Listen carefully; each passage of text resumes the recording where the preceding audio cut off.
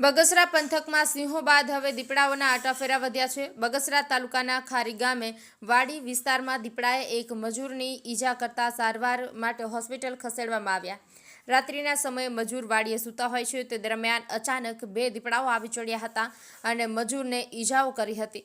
હાલ ચોમાસુ ખેતીની સિઝન હોય એવા સમયે જ વન્ય પ્રાણી સિંહો બાદ હવે દીપડાઓના આટાફેરા વધ્યા હતા। આ વિસ્તારના ખેડૂતોની પણ માંગ છે કે આ વિસ્તારમાંથી આવા દીપડાઓ કોઈની ઈજા કે જાન લે તે પહેલા દૂર કરે તેવી માંગ કરવામાં આવી છે। મહેશ બારૈયા, અમરેલી। હું ઘટના બની છે ભાઈ? દીપડો ગરી ગયો તો કઈ જગ્યાએ? ખારી ગામમાં ઓલી સીમમાં સિવિલ હોસ્પિટલમાં આવ્યા।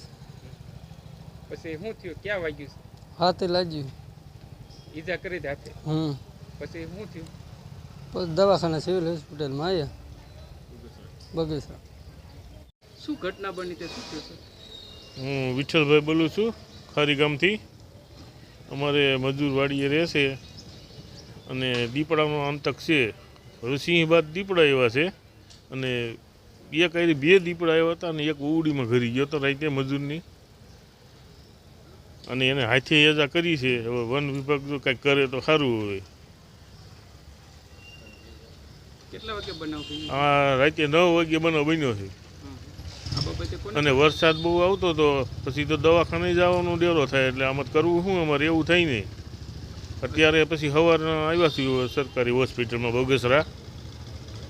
હવે વન વિભાગને હવે જાણ કરવા છે।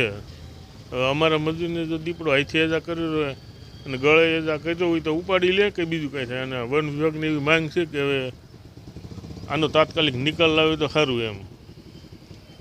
બીજા કોઈનો જીવ લે એના પહેલાં થઈ જાય તો સારું એમ।